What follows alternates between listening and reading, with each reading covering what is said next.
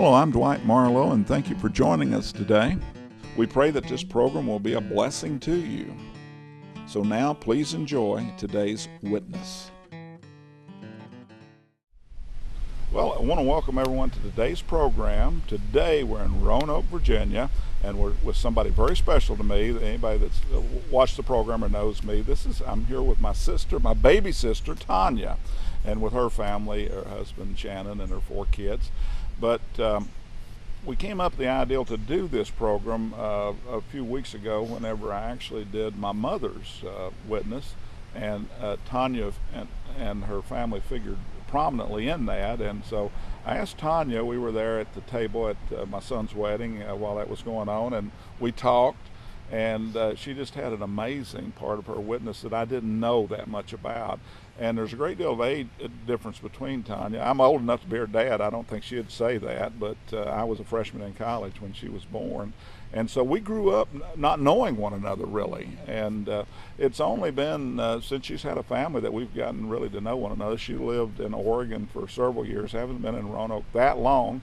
So it's been a wonderful experience to get to know her and to have her around. And anymore with all 10 kids, it's not that often that we can't get together and do a family shot, because she's not missing. And then she's here, and we don't have to Photoshop her into the shots.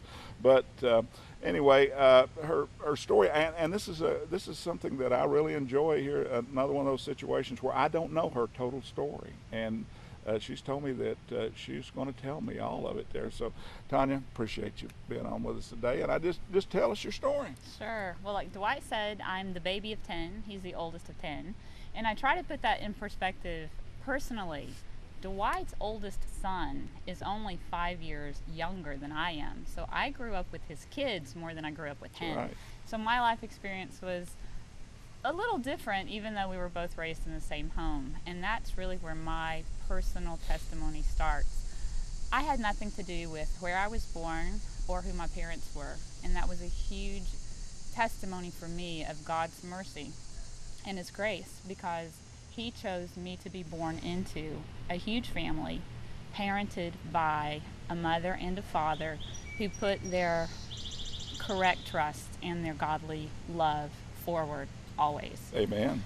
But because I had that inheritance did not mean I had my personal salvation. Yes. So for me, I knew enough about God's kingdom as a child to realize that I couldn't ride in on my mom's apron strings. Although they were really big apron strings, I knew I couldn't ride in on them.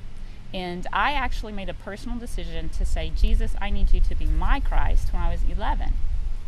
But I was also related to our Father. So I wasn't quick to rush in and accept things often. And I chose to not be baptized until I was 16. I needed to know for myself that I wasn't just doing something for the sake of a tradition. Right. And it was a really neat experience for me in and of itself, because it turned out to be such a personal experience. By giving that distance between it. I grew a lot, I think, in my intimacy with my personal Savior, despite the fact of being born in such a well-steeped Christian environment. I knew that I owned that part in that relationship. Yeah, it was yours. So, it was uniquely mine. Right, great. Yeah. So that's sort of that's where you came to the Lord, to the Lord. Right. And then you really had Tanya was an excellent student, by the way. I said in one of the earlier testimony, I guess mother, she never made anything but an A+ in her life. Not exactly true, but I like the way that sounds. That's not far from it. But you attended Carcinoma College, and you met your husband there. I did. Yeah. I got my MRS degree unintentionally. Right. And then you all had some moves, and you all ended up in Oregon, right? And started your family though in LaFayette. That's right, in Knoxville. In Knoxville, and that is a part of the story I've asked Tanya to do that dovetails with my mother's personal testimony. If you heard that, our mother, with having 10 kids, whenever she had 8 together, in 9 years and 7 months, I believe it was. That's what she and said, then it skipped. I was in the 4th grade, and then it skipped to where I was a senior in high school. My baby brother Tim was born, and then my freshman year in college, Tanya was born. And I didn't know I was gone at the time basically, and Right. away, and I didn't know the complications and the problems. And Mother was not one to speak very much about those issues, especially to her sons. Sure. And so later on, I found out that it was actually a very traumatic birth experience, a pregnancy that because of her age and all, and that the doctors really advised Mother, and Mother said this in her testimony, to possibly abort Tanya because there was a good chance that neither one of them would live. And but Mother said, well, you know, we either live together or die together. Right. And Mother's video, we showed that, you know, there's you and these 4 beautiful children Right. that you have, and a family that wouldn't have been. Right. Good choice, if Mom. good Yeah. choice. And that was really a rough situation, wasn't it, with Mother's age and all? Right. It Well, and was- she never explained. She never went into elaborate discussion with me about it. But I knew just because she mentioned it. Yeah. Her pregnancy with me, it was her 10th pregnancy. She was almost 40, and that was over 40 years ago. Yeah. So it was, to say that it was touch and go was a gracious Yeah. statement. It was, and I'm pretty sure Mother included in her testimony that Daddy said, "This is this Yeah, is enough. that This is enough." they had wanted to have 12, as we mentioned in her testimony, but it was a harrowing experience, and I had some of our relatives that were actually there told me that they were very concerned, and Daddy was scared to death. And there were a couple. I think she had a couple of different. Maybe it was the same complication. I don't know, but a couple of different episodes that were offset by several weeks, if not months. Yeah. So, because it was prolonged, I know that was of a lot of concern Right, to her. It right. wasn't an event that happened that completely subsided. Right, She had a couple right. of different episodes during her pregnancy. Well, and we were of particular interest in that because part of our general overall ministry has to do with children at risk, and it has to do with pro-life for sure. And it's one of those things that someone told me a few months ago, that there's no child is any more at risk than one that's fixing to be aborted. Right. So, and it that plays out so differently in so many different situations and the pressures on. But when Tanya and I talked a few weeks ago, she told me about her own experience with her first child, Eli, and that was one of the things I wanted to capture here today, was her what she went through, because she's able to articulate that so well. And do you mind telling us about No, that? not at all. So Shannon, my husband, and I were married. We were expecting our first child. I was actually in the workforce then. I'm able to be home full time now. But when I was pregnant with Eli, it was probably between 16, 20 weeks. Standard procedure, a blood test to screen for different chromosomal disorders. A pool, really, of a lot of different deficiencies or disorders can be detected that early. And it was just part of the regular protocol for any healthy pregnancy. I was not at risk. It was my first pregnancy. I was in my mid to late 20s. There were no flags, there were no alerts. But the report came back and the numbers were statistically, I don't even remember for that particular profile if it was statistically low or statistically high. But it was a screening tool. So I hit red lights because they want the test to come back, and anything greater than a percentage of 1 in 100 is where you want to land. Right. With my first pregnancy, which yielded Eli, our now 17-year-old son, that was 1 in 10. So the standard protocol for the next step that I was informed of was amniocentesis, which moves from a screening process to a diagnostic test. Right. And it's much more invasive. There's a risk for basically a spontaneous abortion inadvertently, Right. just because of the nature of the diagnostic tool. And as a result, I had no conversation in that, and it really kind of dumbfounded the medical team that was supposed to be advising me in that area. And several times they explained to me that this was protocol. The next step is to order the amniocentesis, and I continued to decline that. Right. And part and piece of that is because, again, I default to the fact that I grew up at my mom and dad's house. Right. And the only viable reason the medical teams could provide me is I would then be able to make a better choice about whether or not to continue or to terminate the pregnancy. Right. And that wasn't a decision I felt I even had. Mm-hmm. So I elected to not continue from a screening to a diagnostic level of testing. Right. Despite the fact, I explained to the one of the counselors that was breaking the information down for me. He said, I don't think you understand the severity of this particular statistic for this screening tool. Mm-hmm. And I said, I think I do. You said you're comfortable if it's 1 in 100 or greater, and mine indicates 1 in 10, which I believe I understand that out of 10 pregnancies, I could have one pregnancy that could have chromosomal abnormalities. He was like, yeah, exactly. Wouldn't you want to do everything you could to ensure that not happening? I was like, yeah, but that means 9. Right, exactly. 9 yeah. could be viable and completely healthy, whatever that means. Right. I like that statistic. I don't even plan on being pregnant that many times. Right. So it was a moot point for me, but they were doing their professional duty to make sure I was informed. But it became almost confrontational because I elected to not do it. Well, and it's amazing with that. I guess I've wondered since I talked with you several times how much of even a scare factor that would be for most women. Like you, of course, I wouldn't be going through the risk because I've said time and time again, your mother, you need to respect her. If no other reason, she goes into the valley of the shadow of death to bring you. Right there. Right. So I'm never going to have to experience that. I'm a sympathetic father, though. Sure. But it almost, from what you said, is the doctors were more proactive towards the termination. Oh, it was definitely not a neutral posture. Definitely not a neutral posture. Even in presentation, I didn't think it was very professional. I was at work. I got a call from the technician saying, we're scheduling you for the amniocentesis. Mm-hmm. You need to have diagnostic screening. More than likely, the fetus you're carrying has chromosomal abnormalities. Oh, I was getting ready to go to lunch. That's a lot. Let me think about that and call back. Now, they say more than likely with a chance of 1 in 10. 1 in 10. Statistically. That's amazing, isn't it? But that's kind of where it was presented. Yeah. So it wasn't even assumed that I would have a choice in scheduling that or not. It was the scheduler calling me to let me know, the technician, to schedule the next step. Yeah. So that's when I was like, I'll think about that and call you back. So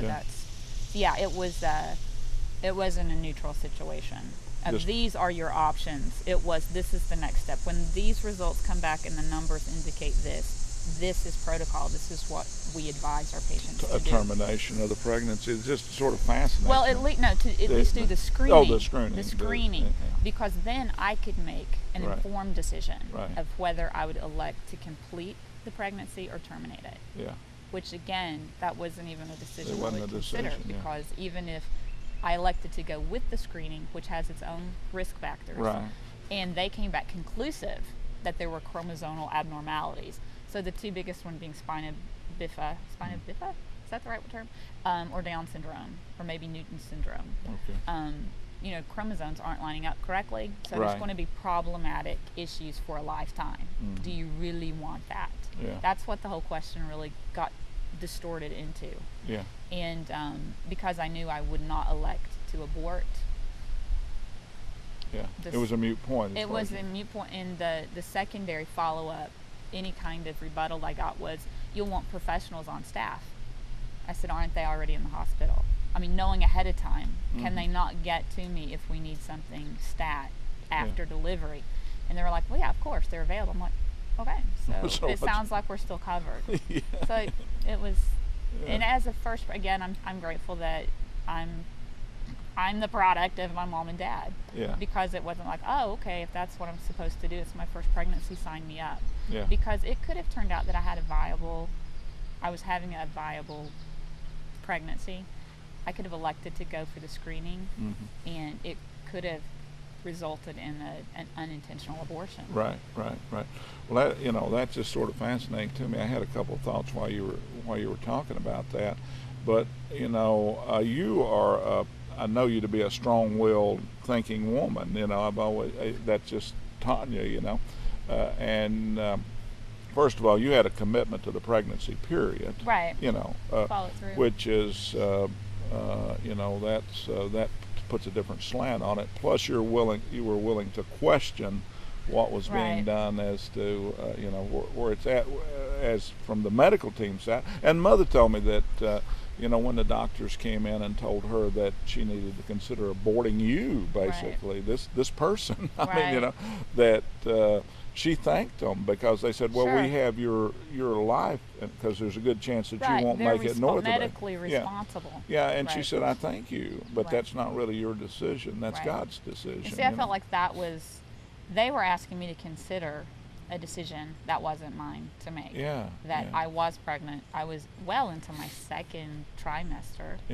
And they were saying, we can do the screening. And then it kind of relieves the pressure off you, because medically you have a reason if you choose to not complete it. Makes it real easy to go down that path. Right. And at the time, I was a career professional. So there were some... They were helping me make a good decision. Well, and I'm sure they consider all those factors, and that it's just almost a thing of convenience, perhaps, in that. But you had a healthy boy. Went full term, had a healthy boy. Yeah, we a big boy now. A big boy now, yeah. He was growth spurt last summer. He finally is taller than me. He's the tallest person in our house. I know. So we got to get a picture of you two together, yeah, so the audience can see it there on that. But and then you went on to have 3 more children besides that. Correct. Those went? I guess it was okay. We would say unremarkable. I think medically is the term. It always feels like an insult when they say that, right? There's nothing remarkable about your medical history. You it's like that sounds like a negative thing, but it's a good thing. Normal pregnancy. Full-term and a lot of the work that we're trying to do around the issues is engage with the question of abortion and pro-life and pro-choice. We're not in the bashing of women business, and I've met several different women that surprised me with their testimony that we haven't captured on video, and we're capturing some in the future about what happened in the aftermath. How it turned out really negative whenever they went down that path, and some were in a situation where convenience was welcomed, just anything to any sort of, and others not so much so. But it's an untold story. I think it's not something that it's like it's a clean deal. And I wanted your testimony because you just have a different slant on it. And like I told you, you're able to articulate it a lot better. You had a great story about a family you knew out there with the quads. That shows another. Do you mind telling that story? No, not at all. It was a couple, actually, that my husband and I met before we had children. And this couple attended a church that we attended for a while. And they had already had their quads. They had 4 girls. But their backstory that we learned was while she was carrying the 4 girls, they were advised from several medical professionals to select which of the 4 fetuses they would choose to support. One or maybe 2. Maybe twins. Maybe 2, but no more than 2. Ideally, only 1. And they were presented that several times during the course of their pregnancy. Obviously, they switched their practitioners during that time, but almost every time the new practitioner would come on board, the advice was still the same. These are 4. You need to get down to 2, but ideally 1. And when we met this couple, their girls were 2 years old, all 4 of them. But I thought it was such a remarkable testimony because that couple, and not to be vindictive and not to be mean-spirited, but really to put a practical face behind these statistics that the medical field is trying to help couples strategize. They took them back to visit the medical teams that had advised to abort them, to selectively choose which of the 4 embryos would live and which of them would die. And they would line up the girls and say, which one would you choose to kill today? Because that's what you were asking us to do before we ever met them. They had they were not born premature. They were born maybe 2 weeks, 2.5 weeks before their due date. They delivered cesarean. They were small, but they did not have massive medical complications. They were not developmentally delayed. They were 4 small girls who happened to be born at the same time. Right. But their parents elected to go against all conventional wisdom to carry them full term. But I thought it was profound. And I didn't have kids then. I grew up in a huge family. Yeah. But I hadn't walked through the experience and I can't imagine the weight of trying to understand that you're making the right decision when you're gifted so many at the same time. Now, was that a natural pregnancy, or were they fertility? That I'm not sure. I'm not sure. That would, I'm not 100% sure. Yeah. I'm pretty sure they had at least one older brother, but I don't know if they had gotten been through fertilization treatments or not. I don't know. Yeah. Well, it's such a compelling story. I they mean, have faces. How about that? Yeah, and this was a faith-based decision, I take it. Absolutely. And they had the full support of their families and the full support of the church family. But I think, what if in a different scenario, that couple didn't have that support and everyone around them thought, oh, you should follow conventional wisdom. Yeah. What are you doing? Yeah. They thankfully didn't have that. But those 4 girls now would be in their 20s or maybe early 30s. So it could be fun to catch up with them. Because were they identicals, or they were? I want to say yes. Yeah. If not all 4, they may be 2 sets of 2. Goodness gracious, that was just such an incredible story. I mean, I teared up while you were telling it there. It's just, and I'd already heard it once before, but just to think of the courage of that woman, and with the support of her family, boy, how easy to make that decision. It would have been so easy to not go full term and watch that to completion. Yeah. But, and again, like I said, when the parents with the girls revisited the medical teams that had so stringently try to compel them to do otherwise, the heart and the spirit in that wasn't to be mean-spirited, but just the other side of this coin. When families elect to let the children live, look what happens. And they were all lined up there. That to me is an incredible testimony. You don't have to make a rational decision to make the right decision. No. And you don't have to have you don't have to have medical reasoning to support anything you choose to do. I mean, our mother didn't for me. No. It wasn't a decision for her. Sounds like it wasn't a decision for that couple. It wasn't a decision for you.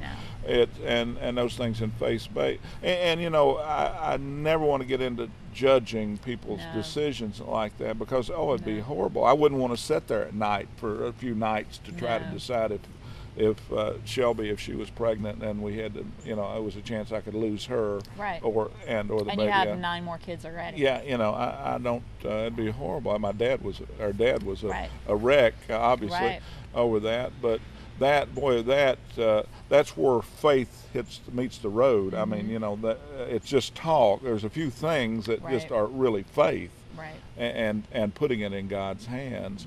And we're hoping to be able to tell more of those stories, both like I said, stories of people that elected to terminate for whatever reason. I've heard a number of people that in the wildness of their youth they terminated and are remorseful over that, and God's forgiveness is there for all those things. And I'm just glad I've never been caught in those situations. But we want to show people how by trusting in God and faith, some remarkable things happen, and it's need to consider all those things, and know that there's other people that have walked that road and how their outcomes have been.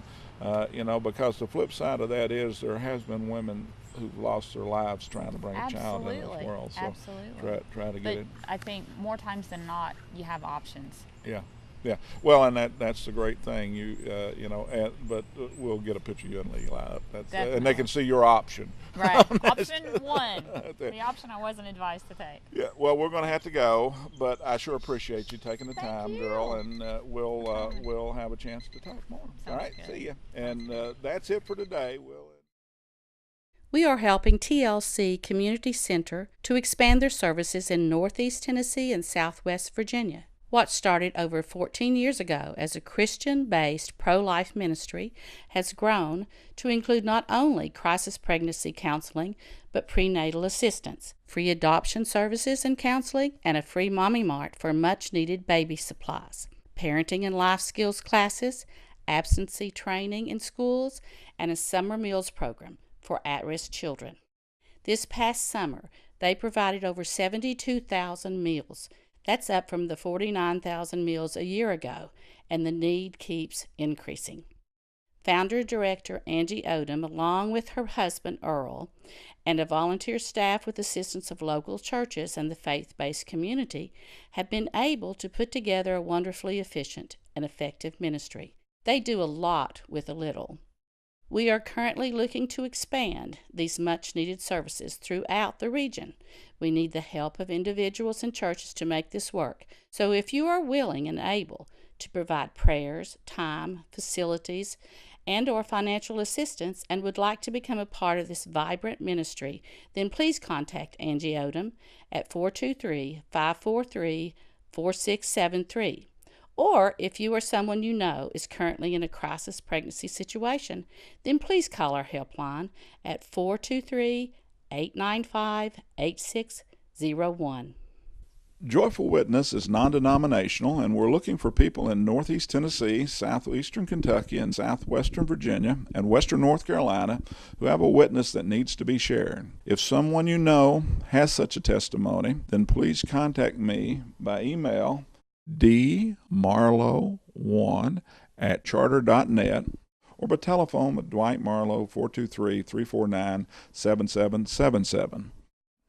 We pray that the results of our efforts will be that believers will be encouraged and that the lost will hear and understand the need for salvation.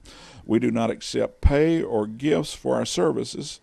We do, however, desire your prayers. So until we meet again, may the Lord be with you. Amen.